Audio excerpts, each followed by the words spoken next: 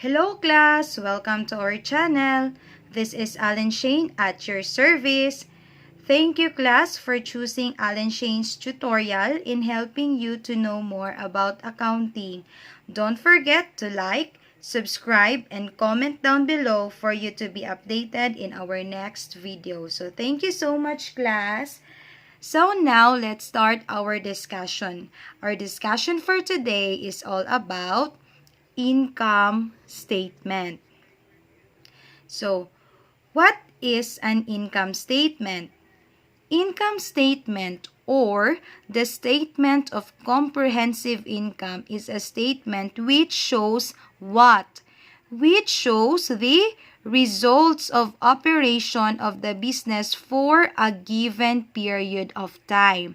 So when we will ask the results of operations of the business, so we have to show the income statement or what we call the statement of comprehensive income.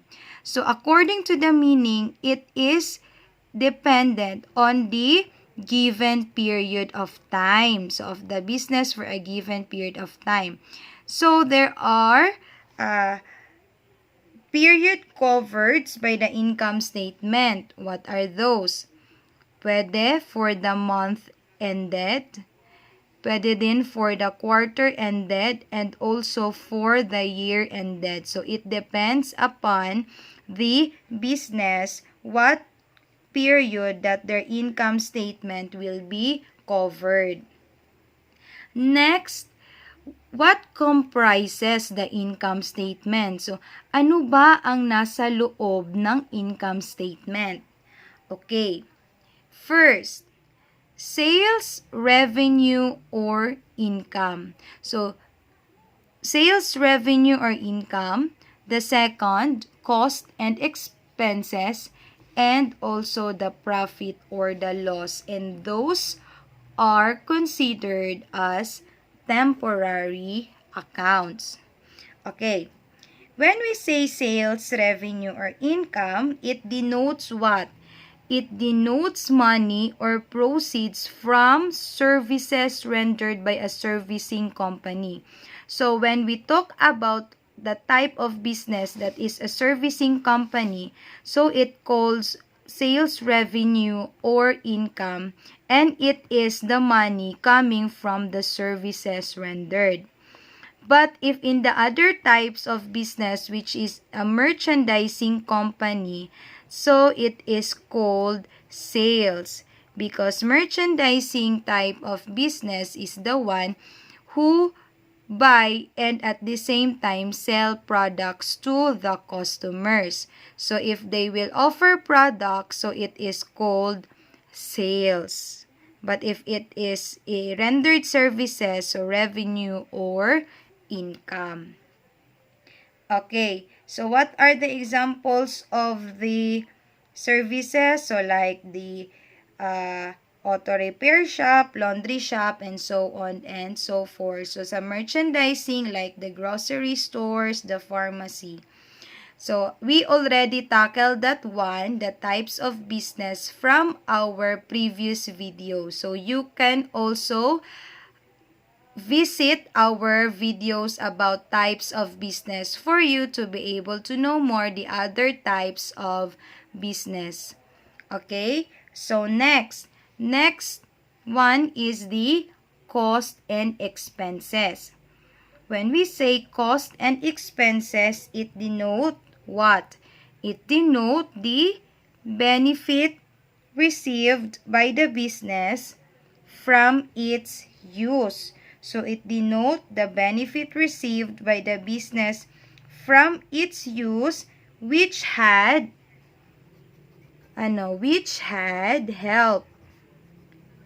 helped in what?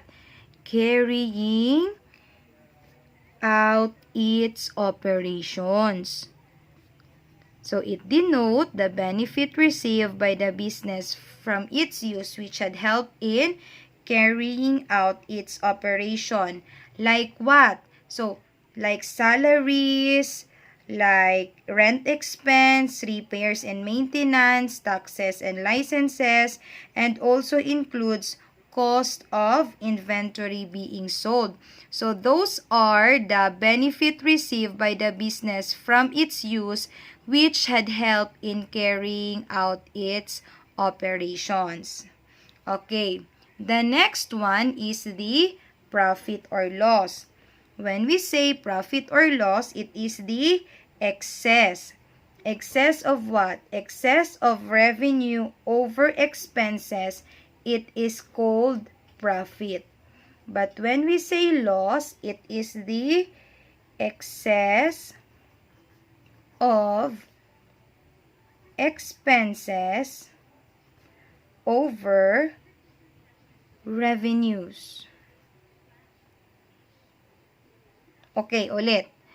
Profit is the excess of revenue over expenses, or the profit is equal to revenue is greater than expenses. While the loss is equal to or is the excess of expenses over revenue, or the revenue is less than expenses.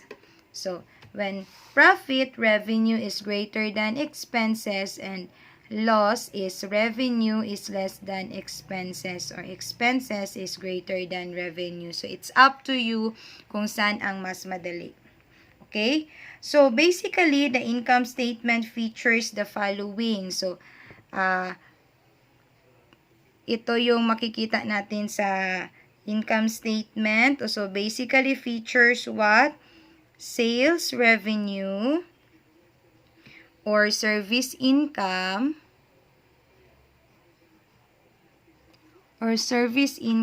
So, then, also cost and expenses. Less yan ha, less cost and expenses. So, the answer is either profit or loss. So, when the sales revenue is greater than the expense, profit. But, if the revenue is less than the expense, so loss. Okay? So, now, let's have an example of the income statement. So, ito ang example ng income statement, class. Okay?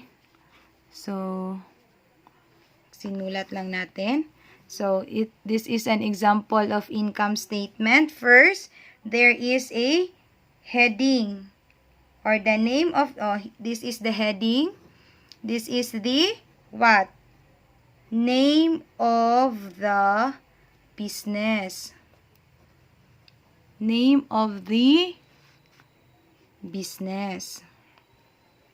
We have also the title of the report. So, the income statement or the statement of comprehensive income. So, title of the report.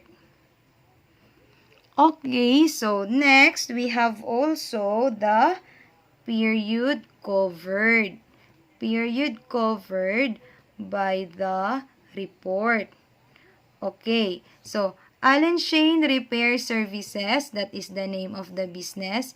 The income statement is the title of the report, and for the month ended January 31, 2022, that is the period covered by the report. So this is an example of the income statement. So we have this service income, 198,500. So, less what? Less those expenses. So, sample of expenses are these operating expenses such as taxes and licenses, salaries expense, rent expense, shop supplies expense, uncollectible account expense, utilities expense, insurance expense, depreciation expense. So, the total of those expenses is equal to 136,170. So, we have to deduct the expenses from the service income. So, the service income is 198,500. If we total the 5,600, 40,000, 18,000, 50,000, 1,620, 15,300, 1,150, and 4,500. So, the total operating expenses is equal to 136,170. So, i-less natin yan, 198,500 less 136,170. So, we have profit before finance charges of 62,330. So, we have to less the finance charges. So, for example, wala tayong finance charges, so wala tayong i-less. Interest expense, which is 250. So, gilagyan ko ito ng open and close parenthesis because it denotes that it should be less. So, it depends upon you if lagyan nyo ba ng open and or close or hindi. Kapag meron na kayong nasulat na less na word. So, pwede nang hindi. Okay? Pero if wala, so mas better lagyan ng open and close para para malaman nyo na i-minus natin ito. Okay, so next, interest expense is 250. So, di ba, in this example, the service income is what? Greater, di ba? 198,000 is greater than the 136,170. So, therefore, and also, this is the profit, then also it is greater after deducting 250. Therefore, the answer is profit because the service income or the revenue is greater than the expenses. Okay, so nakuha class. So, the 62,080 is profit. Okay, so in summary, so what comprises when we say income statement, it shows the results of operations, and also we have different periods for the month ended, for the quarter ended, and for the year ended. And what comprises the income statement, sales revenue or income, when it comes from the services rendered or the servicing company, and in terms of merchandising types of business, so sales. And the other one, cost and expenses, and which denotes benefit received that help carrying out its operations, and also the profit or loss. When the revenue is greater than expenses, it is called profit. But when revenue is less than expenses, it is called loss. And those are also temporary accounts. Okay, class, naintindihan? So, that's it for our discussion about income statement. Hope you learned something. So, don't forget to like, subscribe, and share our videos to your loved ones. And also, if you have some topics that you wanted to be discussed, so don't forget to comment down below what are the topics nga pwede nating i-tutor sa inyo. Okay, so thank you so much class, and thank you so much. God bless.